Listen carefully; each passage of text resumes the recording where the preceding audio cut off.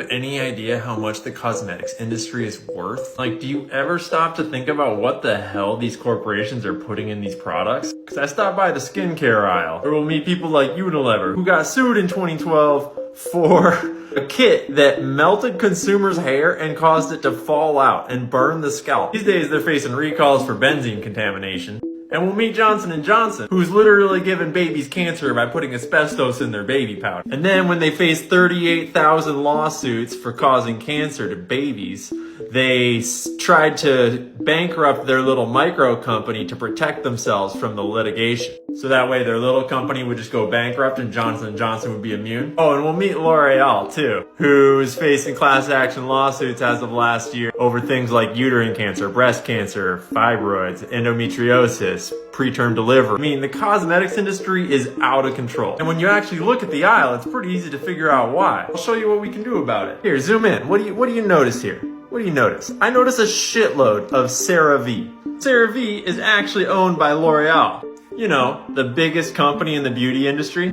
The one that was getting sued for causing cancer and stuff. Well, they own all of this part of the aisle. But if you thought that was it, you're wrong. Because they also own Garnier. And if we scooch down the aisle, they've got their Garnier here, but they've also got all their L'Oreal products here. And thank goodness we get to the end of the aisle and we don't have any more of them. But what do you notice about this part of the aisle? That's right, a lot of Olay. Olay is all Procter & Gamble, mega corporation. What about Neutrogena, the other half of the aisle here? Ah, well, Neutrogena is Johnson & Johnson. You know, these guys. But if we go back down the aisle, there's more Neutrogena products, but they also own Aveeno. Oh, and all of this down here. And we keep going back down the aisle. They own all of this down here.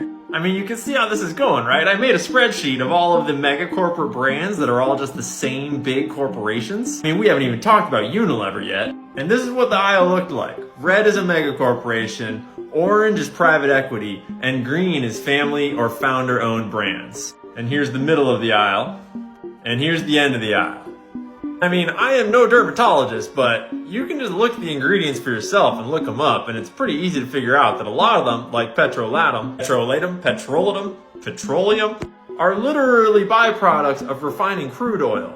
And I'm sure Skin TikTok is gonna come in here and be like, it's totally safe, it's obviously okay, everyone says it's okay. Like, yeah, maybe it's fine. Like, maybe all the products that all these companies are making are totally tested by scientists that aren't paid by them. And maybe they're not just randomly throwing crude oil products into a whole bunch of chemical compounds and then selling it to us for way more money than they're paying to make it. But like, there's a pretty big financial incentive here to sell us whatever they can. I mean, especially you ladies, like, you ever look at how much money you're spending on these cosmetic products every month? So aside from the health implications, let me show you a couple of brands that are owned by founders. People that are actually worth supporting. I mean, in this aisle, I literally only found Vanicream, Stridex, which is owned by Blistex, which is actually family owned, and Dickinson's. And that was such a poor showing that I added a few other companies that I've run into along the way here on TikTok that I'm familiar with. Lux is fucking awesome. Founded by Jane May Graves, she is a chemist, super on top of having no chemicals and toxic shit in your product. Up to all the products being packaged in glass instead of plastic. Sweet Pea Skincare sent me a little care package of awesome, like, homemade stuff at one point, and I'm using their soap, I use their dry oil, it's awesome. It's like as homegrown as you can get. Mad Rabbit is a founder-owned tattoo skincare company that keeps it all natural in their products. By the way, this is not sponsored. No one's paying me to say this shit. These are just cool companies, and I just want to give you some options. Cause fuck these guys. Link in my bio will take you to my website. There's a tab on my website called Resources where you can click on the spreadsheets. It'll take you here. We got a tab for skincare now.